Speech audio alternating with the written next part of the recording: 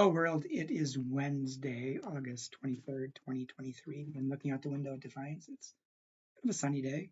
Not quite as pleasant as yesterday morning, but still nice. It was mid 60s, a little more humidity, but not terrible.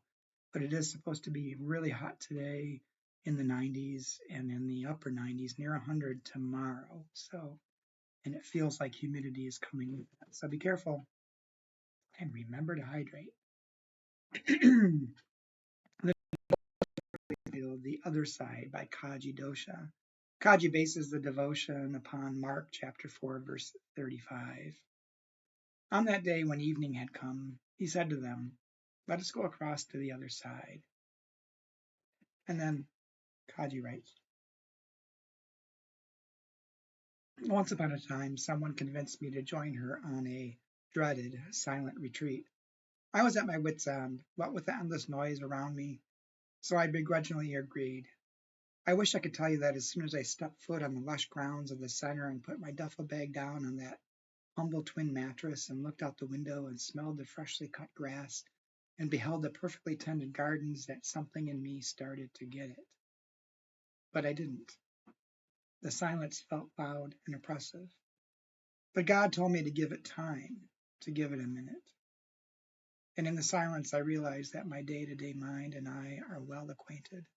But the soft part, the quiet part, the part that needs permission to say things, it only started to ask, may I have a turn now? In the silence. It had things to say like, can we go ahead and talk about this thing you've boxed over there? Can we open the box, see it, surround it with light, hand it over to God? Because I'm tired of sitting on this box and holding down the lid.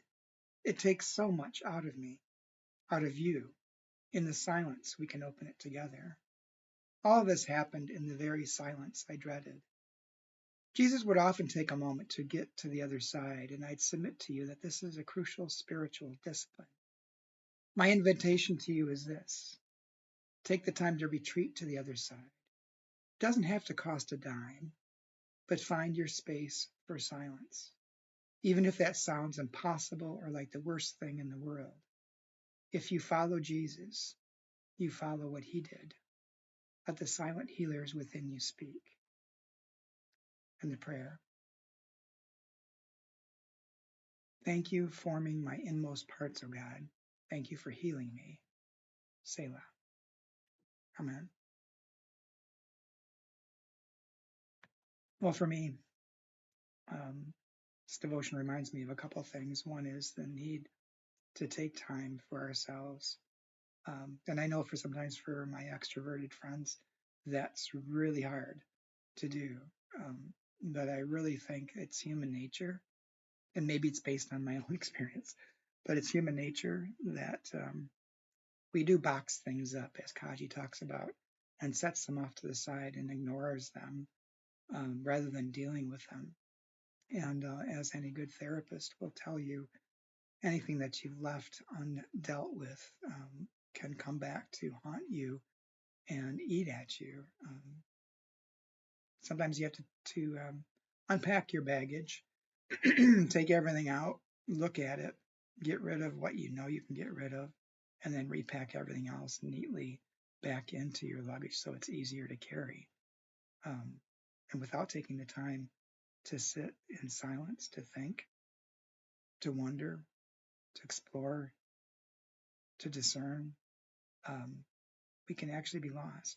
Because it just becomes so easy just to make ourselves busy so we don't have to confront the things that we need to confront.